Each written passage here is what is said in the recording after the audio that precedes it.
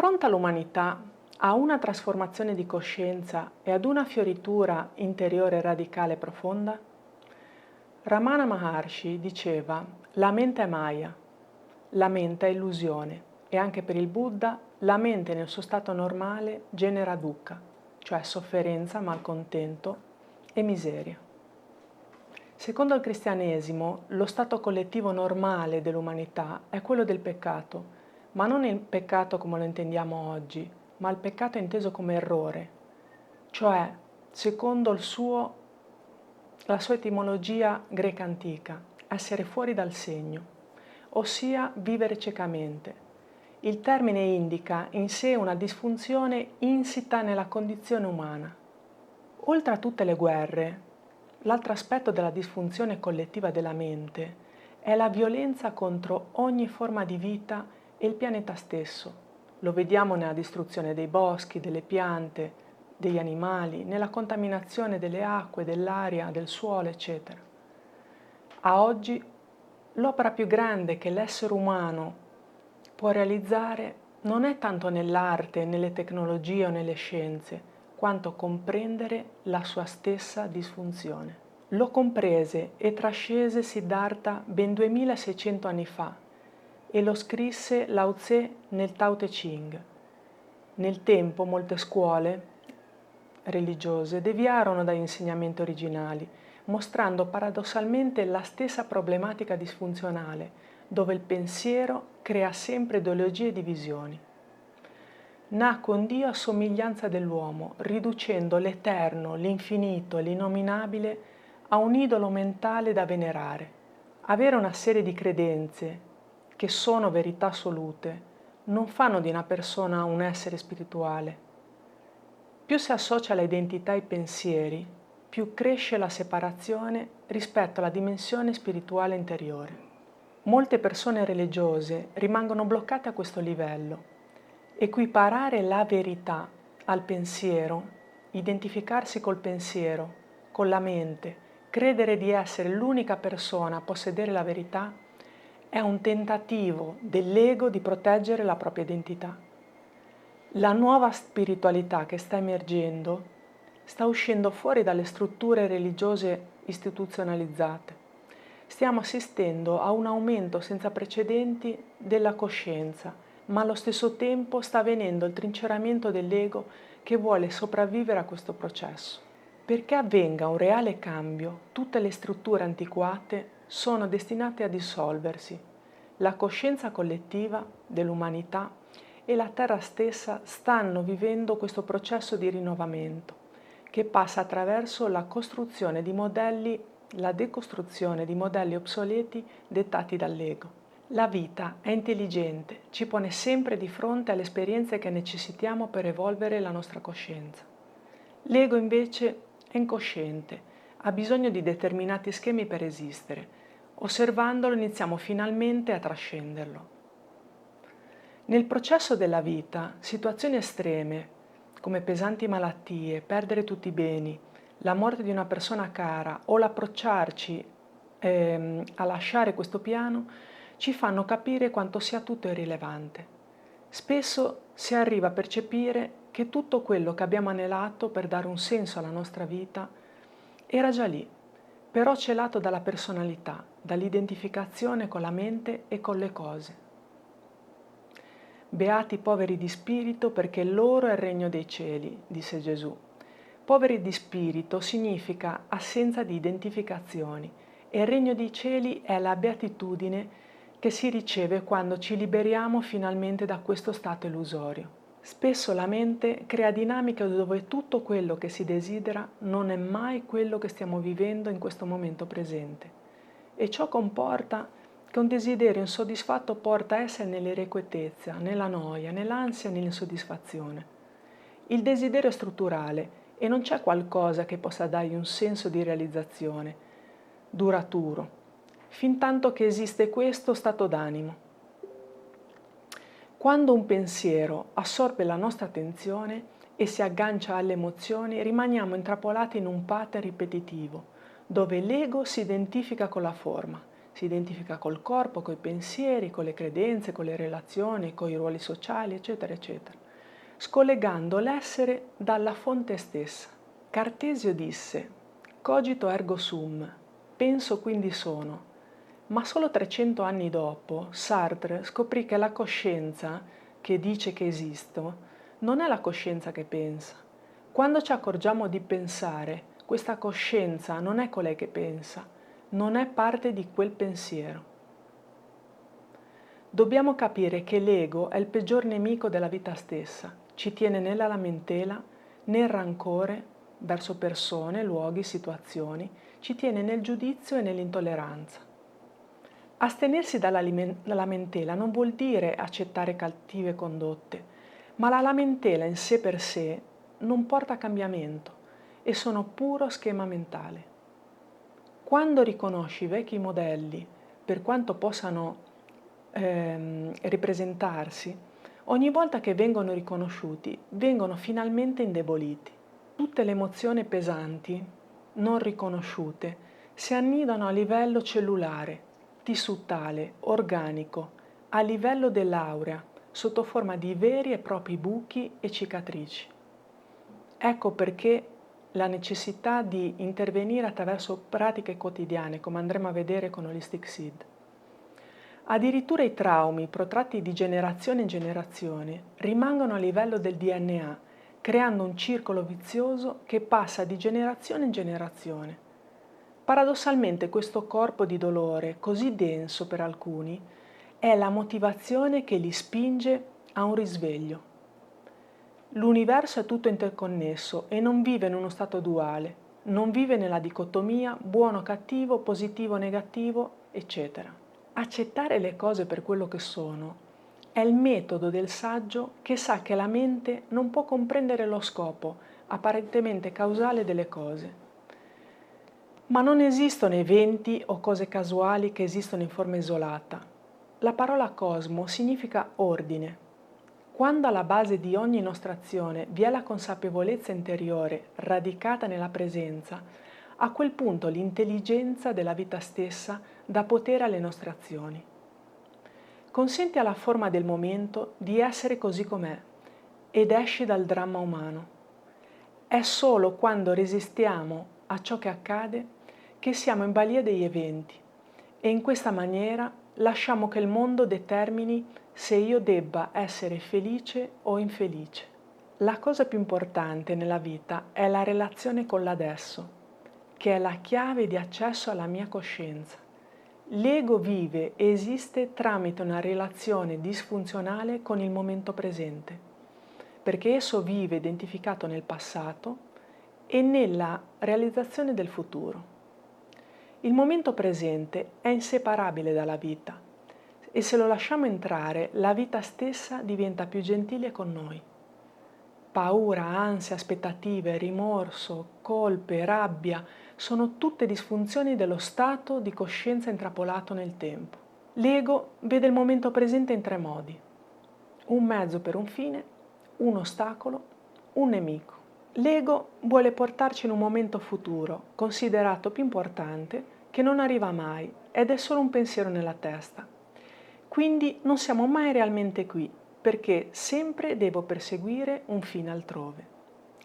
Ci focalizziamo talmente tanto su un fine che il momento presente ci risulta essere un ostacolo, perché ci pone distanti rispetto all'obiettivo e quindi nasce l'impazienza, la frustrazione e lo stress.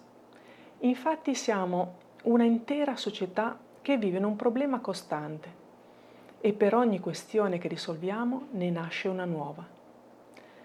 Quando odiamo quello che stiamo facendo, ci lamentiamo, malediciamo le cose che accadono e che sono accadute e il nostro dialogo interiore è pieno di dovrei o non dovrei e di accuse, trasformando la vita in un nemico. Quindi, come vi avevo già sottolineato, prendiamo il nostro quaderno e iniziamo a prendere appunti e a segnarci le domande e le risposte per iniziare il nostro viaggio. La prima domanda è: qual è il mio rapporto con il momento presente? Significa raggiungere un fine? Lo vedo come un ostacolo? Lo rendo un nemico?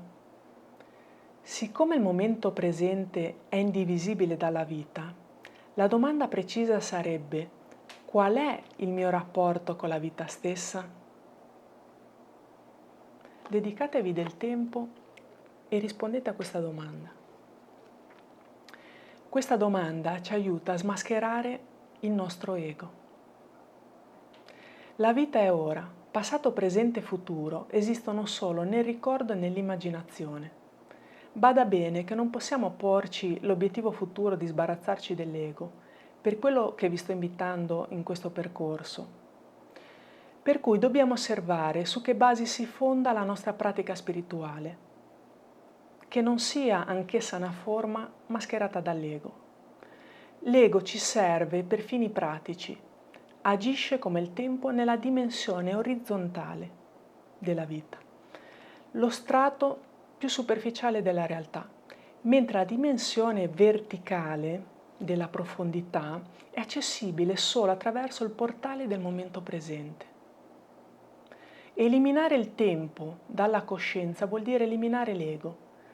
Con tempo non si intende quello dettato dall'orologio che serve a fini pratici, ma quello psicologico, ossia la costante preoccupazione della mente egoica per il passato e il futuro e la sua riluttanza ad essere tutt'uno con la vita. Finché resistiamo internamente, la forma, cioè il mondo, diventerà una barriera impenetrabile che ci separa da quello che siamo oltre la forma. Quando ci arrendiamo, quella forma diventa la porta di accesso alla dimensione senza forma e la separazione tra Dio e il mondo si dissolve. Quando non resistiamo alla forma, emerge ciò che è al di là di essa, dentro di noi, un potere onnicomprensivo e silenzioso, più grande della breve identità con la forma, più grande della persona si manifesta. È la nostra essenza più profonda, che non ha uguali nel mondo della forma.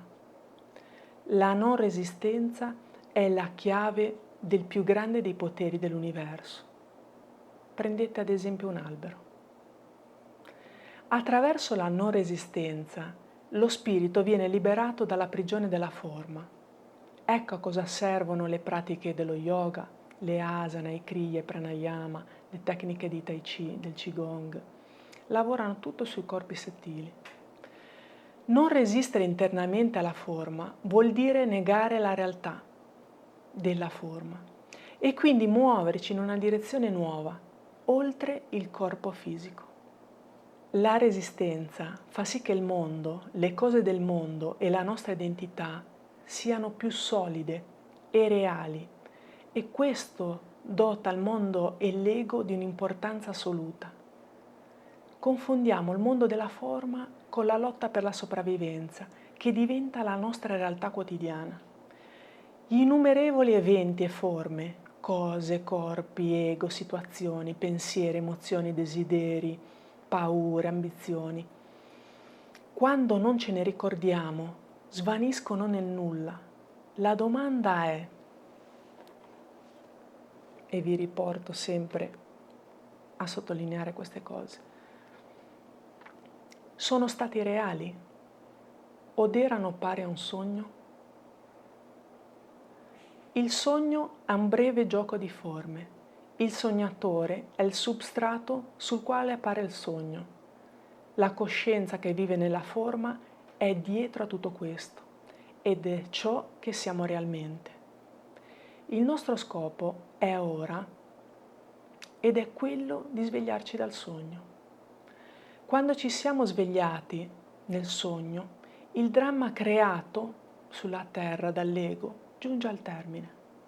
Ogni qualvolta ci sforziamo di superare il limite, quando applichiamo la nostra creatività per apportare qualcosa di nuovo per noi e per gli altri, quando siamo presenti e la nostra energia è totalmente nell'adesso, la presenza penetra quello che faccio e tutto si trasforma. Allora le mie azioni non sono più un mezzo per ottenere denaro, prestigio, profitti, ma una fonte di appagamento caratterizzato da gioia e energia. La forma è limitante, ma noi siamo qui per sperimentare la crescita oltre il limite. Paradossalmente, la rinuncia ha aperto la dimensione verticale della vita.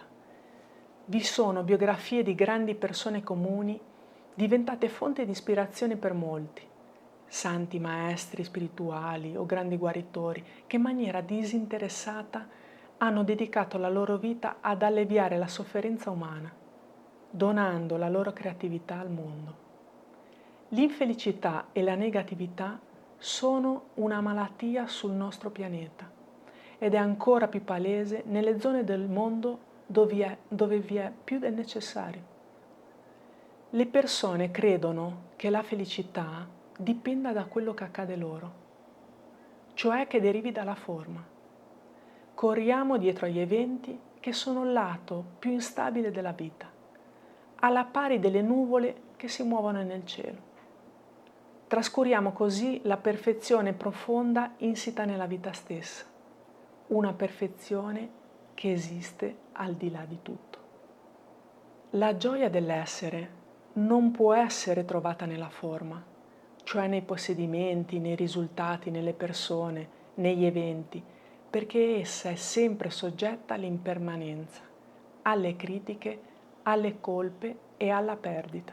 L'ego, per evitare questo stato di precarietà, si focalizza sulla sua conservazione, anche a costo di sbagliare, di mentire o di essere contro la verità. Se qualcuno ti attacca, prova a sentire semplicemente cosa senti senza contrabbattere. Lascia l'ego nel suo disagio.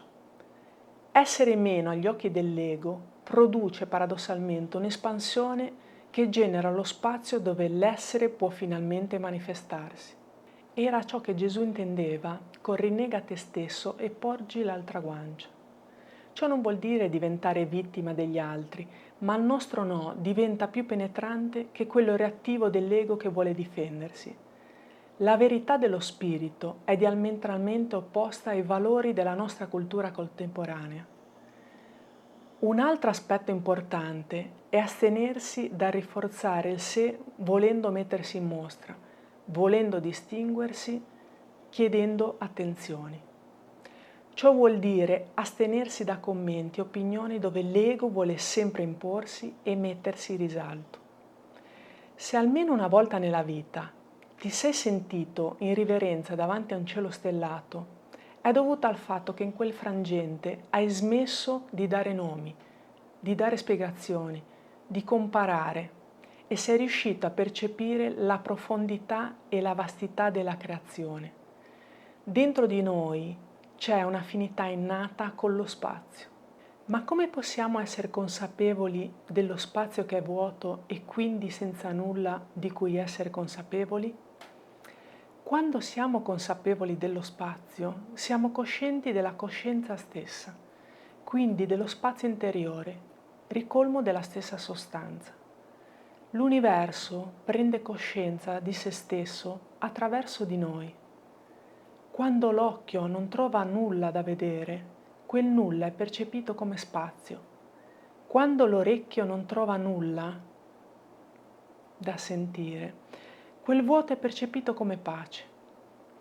Quando i sensi destinati a percepire la forma vengono a contatto con l'assenza di forma, si raggiungono la percezione della coscienza, che è dietro ogni forma. Quando contempliamo la profondità dello spazio e il silenzio dell'alba, qualcosa risuona dentro di noi, come in una sorta di riconoscimento che quello spazio e quella quiete sono la nostra essenza più profonda. Dio è la coscienza senza forma ed è essenza di ciò che siamo. I 3 segreti della vera libertà sono non resistere, non giudicare e non avere attaccamenti. Ciò non vuol dire non godere delle cose belle della vita, ma riconoscere la caducità della forma, buona o cattiva che sia. Questo allevia il nostro attaccamento all'identificazione. Una volta che accettiamo nel profondo di noi stessi che tutte le cose sono impermanenti, e che il cambiamento è la vera natura dell'esistenza umana, possiamo accogliere i piaceri della vita come doni, senza paura di perderli e senza ansia per il futuro. In questa consapevolezza si crea uno spazio che avvolge tutte le cose, eventi, sbalzi di umore, pensieri, preoccupazioni, eccetera. Questo spazio emana una pace che non è di questo mondo, perché questo mondo è forma e la pace è spazio. Allora, finalmente, possiamo godere e onorare le cose di questo mondo senza dare il peso che gli abbiamo attribuito finora e finalmente potremo partecipare alla danza della creazione. La consapevolezza dello spazio non ha nulla a che vedere con i blackout generati da alcol, sostanze e balli estatici. I due stati hanno in comune il fatto di essere al di là del pensiero, però la differenza è che nella vera presa di coscienza ci eleviamo sopra il pensiero. Se la nostra attenzione è sempre distratta da qualche cos'altro, impegni lavorativi, pensieri, attività, dispositivi, è impossibile prendere coscienza di noi stessi, perché la forma ci distrae costantemente. Quando senti parlare di spazio interiore e lo cerchi come si fa per un oggetto o per un'esperienza, non ne sarai in grado. Questo è il dilemma. La gente cerca la realizzazione spirituale e l'illuminazione, ma Gesù ci ammonì ricordandoci che il regno di Dio non arriva con i segni che possono essere osservati perché è dentro di noi che si realizza. Quindi non ci si può arrivare attraverso i nostri sensi. Quando possiamo vedere la bellezza delle nuvole senza sentirci abbandonati o bisognosi di uno stimolo mentale, quando possiamo trattare gli altri con gentilezza senza volere in cambio qualcosa, questi sono i segnali di questo spazio. Quel senso di benessere a priori e di sottile pace a volte non gode della nostra giusta attenzione. Per questo che Nietzsche diceva: la più grande felicità è fatta del minimo. Praticare il silenzio interiore ci aiuta ad entrare in contatto con le piccole cose. Altra modalità è diventare consapevoli di essere consapevoli, dirsi anche mentalmente io sono, senza aggiungere altro. Quando entriamo in quello stato di silenzio, l'azione non è più reazione, ma filtrata dal nostro silenzio interiore, diventa azione perfetta ed equilibrata verso tutto il creato. Badiamo bene di non voler mai attribuirci dei meriti per quanto realizzato. Evitiamo che la personalità torni ad imporsi. Uno dei mezzi di trasformazione più potenti è diventare consapevoli del proprio respiro. Quante più volte possibile. Così togliamo l'attenzione dai pensieri e creiamo spazio. È una pratica potente per sensibilizzarci a ciò che già esiste in noi. Basta un respiro consapevole per renderci conto di essere respirati. Nota le pause tra un'inalazione e un'esalazione. Ripristina la sua naturale profondità. Essendo respiro senza forma, viene dall'antichità assimilato allo spirito. Come è scritto nelle Sacre Scritture, e Dio fece l'uomo con polvere del suolo, soffiò nelle sue narici un alito di vita e lo fece un essere vivente. Prendere coscienza del respiro ti obbliga a essere nel momento presente, la chiave della trasformazione interiore. Quando noti che la mente vuole riprendere la presa su di noi, fermati e respira profondamente 3 volte. Porta la tua presenza in uno stato di allerta per non cadere negli automatismi della mente, che ti porta a reagire senza essere presente alle tue azioni. Meglio tenere un diario e tenere nota dei pensieri che ti portano al solito copione. Il corpo interno non è solido ma spazioso. Esso è sostenuto dall'intelligenza creativa, la stessa intelligenza che sostiene ad unisono centinaia di funzioni di tale complessità che la mente umana riesce a malapena a comprendere. Quando ne diventiamo consapevoli, quell'intelligenza diventa consapevole di se stessa. Per questo che gli scienziati non hanno trovato risposta al quesito cos'è la vita. Questo perché è la coscienza che cerca se stessa, l'aggregante solidità della materia è creata dai nostri stessi sensi. Il nostro corpo, formato da atomi, è al 99,99% spazio vuoto ed è una perfetta rappresentazione ridotta del macrocosmo. Pertanto il corpo fisico, che è la forma, si rivela senza forma quando ci addentriamo in lui e diventa la porta di accesso allo spazio interno. Dobbiamo entrare nel corpo per trascenderlo e scoprire che non siamo quello. Portando nel nostro quotidiano questa modalità di abitare il nostro corpo, nonostante la pressione dei pensieri e del mondo esterno, buttiamo un'ancora che ci tiene nell'adesso. Lo spazio interno emerge anche quando rinunciamo alla necessità di sottolineare la nostra identità con la forma. Gesù ci ha insegnato che dobbiamo perderci per ritrovarci. All'ego sembrerà che ci siamo persi, ma in verità abbiamo tolto peso alla forma eliminando vecchi schemi. Osserva cosa avviene in te e tienine traccia ogni qualvolta tu rinneghi questi schemi, ogni qualvolta tu rinunci a questi schemi. Dobbiamo riconoscere che vi sono uno scopo interno e uno scopo esterno nella vita.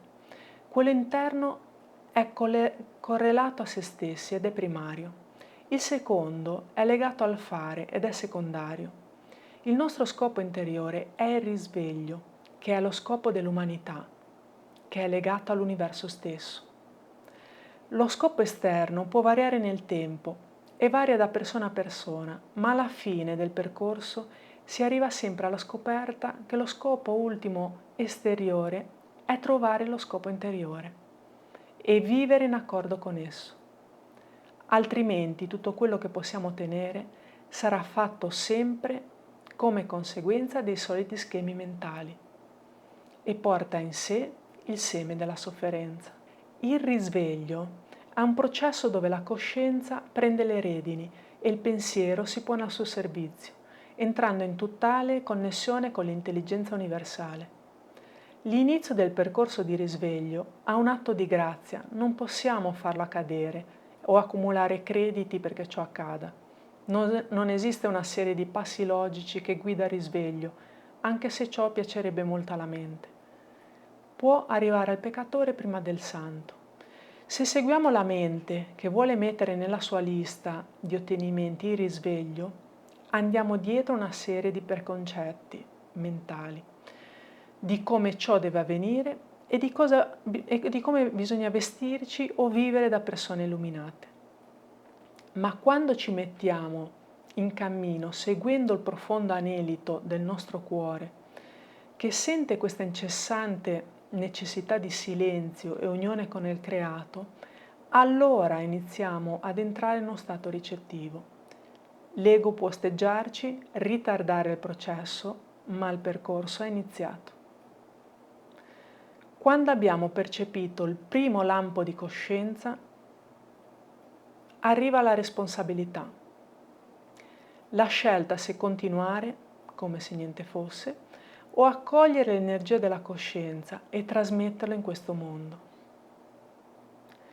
Per molti questa scelta significa non essere più attratti dalle lusinghe del mondo, anzi riconoscere la follia, ma allo stesso tempo sentirsi in una terra di mezzo, dove l'ego non può più dirigere la nostra vita, ma allo stesso tempo la coscienza non si è ancora pienamente integrata nelle proprie vite. Non vi è ancora stata la fusione tra lo scopo interno e lo scopo esterno. Finché non sei consapevole dell'essere, cadrai nella dimensione del fare del futuro, cioè del tempo, e qualsiasi cosa trovi in questa dimensione è soggetta alla precarietà e all'illusione. Per avere successo hai bisogno che gli altri falliscano. Per dar senso alla tua vita curando, hai bisogno che gli altri stiano male o che i tuoi figli siano sempre dipendenti da te. Quando qualsiasi spinta, anche la più amorevole, non parte dal profondo di se stessi, verrà dall'ego, soccomberà al tempo e porterà alla sofferenza.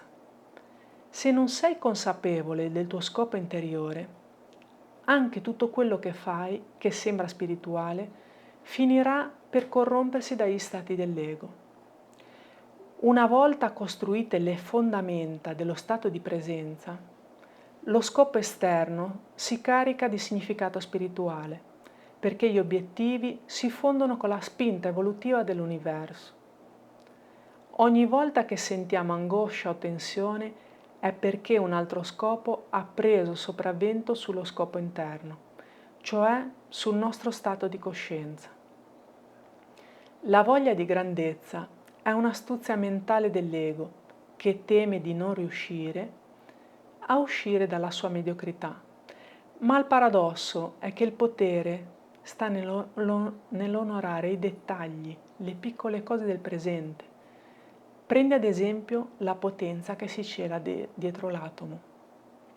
Quando entriamo nel momento presente, quel potere ha finalmente accesso a noi e attraverso di noi al mondo. Infatti Gesù ci disse: queste parole non vengono da me, il Padre che è in me lavora per me. Ansia, tensione, negatività ci isolano da quel potere e ci illudono di essere separati dal potere che guida l'universo. Ci sentiamo soli per lottare contro qualcosa o per ottenere qualcosa. Ogni qualvolta ci spostiamo dal momento presente, Dio cessa di essere una realtà nella nostra vita e l'unica cosa che rimane è il concetto mentale di Dio. La vita non si considera separata dalla vita e quindi non vuole niente per se stessa. È tutt'uno con ciò che la vita desidera. Ecco perché non soffre la tensione e la sua resa alla morte è totale come alla vita. Pertanto, per essere fedeli alla vita, basta rimanere fedeli al nostro scopo interiore. E da qui torniamo al concetto di essere nel segno, come abbiamo visto che cos'è peccare, uscire dal segno. Lasciando che le nostre azioni, cariche di quel potere spirituale, si manifestino nel mondo, e vedremo che anche le nostre relazioni saranno basate sul campo di coscienza che si crea tra noi e gli altri, prima ancora delle questioni pratiche per le quali ci stiamo relazionando. Le faccende della vita pratica scorrono con più forza quando riconosciamo la dimensione dell'essere. Quello che troviamo nel nostro destino è dato dalla qualità del passo che facciamo nel momento presente e il successo è dato dalla qualità del nostro stato di coscienza. In quella condizione è più facile accettare l'incertezza e aprirsi ad infinite possibilità dove non vi è paura e nulla blocca le nostre scelte. La vita di ogni persona rappresenta un mondo, una forma unica, dove al suo interno l'universo sperimenta se stesso. Nella nostra società occidentale, identificata totalmente nella forma, l'anziano come la malattia hanno assunto un connotato negativo, mentre in alcune culture più tradizionaliste esse rappresentano la dimensione di profondità senza le quali nessuna civiltà può sopravvivere a lungo. Durante la vecchiaia l'enfasi non è più nel fare, ma nell'essere, perché la persona è nel movimento di ritorno. Questo lo avvicina allo scioglimento della forma. Il paradosso è che il disturbo dello scopo esterno, una malattia, un lutto o un evento catastrofico, possono essere l'innesco dello schiudersi dello scopo interno. Ciò che si perde a livello di forma, paradossalmente lo si guadagna a livello di essenza. E quindi La sperimentazione diretta della natura instabile di tutte le forme è un deterrente per non attaccarsi a esse. La coscienza stessa è senza tempo e non ha né inizio né fine. La coscienza, che è l'intelligenza, ha preparato forme per milioni di anni per potersi esprimere attraverso di esse, nell'universo manifesto. Nel nostro piano, l'ego rappresenta lo stadio finale del sogno universale. Il cervello umano è una forma altamente differenziata attraverso la quale la coscienza entra in questa dimensione. Il cervello non è il creatore della coscienza, ma è la coscienza che ha creato il cervello, allo scopo di esprimersi. Se esso subisce un danno, non si perde la coscienza, ma la capacità di penetrare questa dimensione. Possiamo perdere solo quello che abbiamo, ma non quello che siamo. Più ci avviciniamo alla fine del nostro attuale stadio evolutivo, più l'ego diventa disfunzionale, come il bruco diventa disfunzionale prima di diventare farfalla. La nuova coscienza ha cominciato a emergere nello stesso momento nel quale la vecchia si dissolve. Sul nostro pianeta, ma probabilmente in altre parti della galassia, la coscienza comincia a risvegliarsi dal suo sogno a occhi aperti nella forma. Ciò porterà la coscienza a creare forme senza perdersi in essa, rimanendo consapevole durante la creazione e l'esperienza della forma. E come può avvenire tutto ciò? Attraverso umani risvegliati che hanno imparato il loro ruolo nello stato di veglia. Fare nello stato di veglia vuol dire raggiungere l'armonia e la risonanza tra lo scopo esterno, ciò che faccio, e quello interno, ciò che sono. Facendo da svegli ci uniamo allo scopo espansivo dell'universo, così la coscienza fluisce in questo modo attraverso di noi e ispira la nostra mente e pensiero, scorre in ciò che facciamo dandogli potere e direzione. La realizzazione del nostro destino non dipende più da cosa facciamo, ma chi lo fa, ossia la coscienza e le qualità di come essa lo realizza. Il successo, il tuo futuro, le situazioni e le relazioni dipendono dalla consapevolezza che filtra attraverso di noi. Tutte le azioni di vero successo provengono dallo stato di presenza, invece l'ego è inquinato dai condizionamenti dell'inconscio e degli schemi mentali. Ci sono tre modalità per allineare la vita con il potere creativo dell'universo: l'accettazione, la gioia e l'entusiasmo. Quando usciamo da queste condizioni, facilmente entriamo nella sofferenza. Accettare significa riconoscere che in questo momento questo è ciò che mi viene richiesto di affrontare e gestire con la dovuta pace, quella vibrante energia sottile che penetra tutto quello che facciamo. Accettare non è passività, perché agendo nella modalità appena descritte, noi siamo attivi perché portiamo su questo piano la coscienza. Se non riesci a capire questa cosa, fermati, perché non stai assumendo la responsabilità del tuo stato di coscienza, che è l'unica cosa che conta davvero. E se non ti prendi quella responsabilità per te stesso, non lo farai per la vita. La gioia deve sostituire il desiderio come motore delle nostre azioni. Attraverso la gioia ci connettiamo con il potere creativo e quando il potere creativo dell'universo prende coscienza di sé, si manifesta nella gioia. La sindrome dell'eterna attesa per cominciare il lavoro su se stessi è uno dei deliri più comuni dello stato di incoscienza. Quel domani non arriverà mai se non cominci partendo da ora. Come e dove sei? La gioia, bada bene, non emana da ciò che facciamo, ma fluisce in ciò che facciamo e si manifesta nel mondo dal profondo del nostro essere. Quando ci piace fare qualcosa, sperimentiamo la gioia dell'essere nel suo aspetto dinamico ed ecco perché tutto ciò che amiamo ci mette in connessione col potere dietro tutta la creazione. Prendi il quaderno e fai una lista delle cose che fai quotidianamente, includendo quelle noiose ed irritanti. Ogni volta che svolgi queste attività, consenti loro di diventare il mezzo per essere presente. Rimani consapevole nella quiete che fa da sfondo alle tue attività. Tieni traccia di come ti senti. Presto capirai che quello di cui godere non è l'attività che fai, ma lo stato interno della tua coscienza.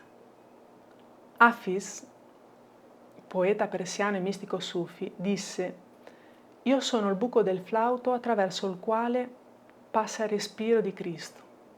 Ascolta la sua musica».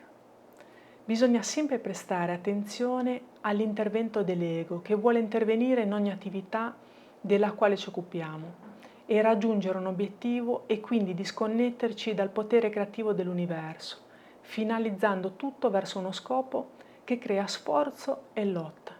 L'entusiasmo vibra ad alta frequenza ed è in linea con l'universo. Lo dimostra il fatto che l'etimologia di questa parola significa essere in Dio. Quando l'entusiasmo ci pervade, crea in noi ondate di creatività, differentemente dall'ego e dai desideri dell'ego. L'entusiasmo non crea opposizione e confronto, tantomeno vincitori o vinti, bensì unisce e nutre. Attraverso l'entusiasmo entriamo in perfetta armonia con il principio espansivo e creativo dell'universo, ma senza identificarci con la creazione, senza pretenderne un riconoscimento e senza attaccarci ad essa. Passata questa ondata, rimaniamo nella gioia per quello che facciamo, sentendo di essere la porta di accesso attraverso la quale fluisce l'energia della sorgente, a beneficio di tutti e realizzando opere che rispecchino quella qualità. Gesù disse: «Beati gli umili perché erediteranno la terra». Gli umili sono quelli che mancano di ego e si sono risvegliati alla loro natura essenziale e la riconoscono negli altri e in tutte le forme della vita. Cambiando noi, cambia la vita sulla terra e la natura stessa, perché è interconnessa alla coscienza umana, che la percepisce e si relaziona con lei. Spero che questo video denso di contenuti vi sia piaciuto, vi abbia dato parecchi spunti. Vi invito sempre a utilizzare il quaderno e iniziare questo viaggio con noi. Potete seguirci sul canale YouTube di Humanitry, cliccate su subscribe per rimanere sempre aggiornati e visitate la nostra pagina Instagram e la nostra pagina Facebook, sempre di Humanitry. Per quel che riguarda i corsi, potete seguirci sulla piattaforma, al sito web www.humanitry.net. Grazie della vostra presenza, sempre essenziale. Mi raccomando, scrivete i vostri commenti così che possa rispondervi e rimanete sempre aggiornati con noi. Iniziate il vostro viaggio. Grazie.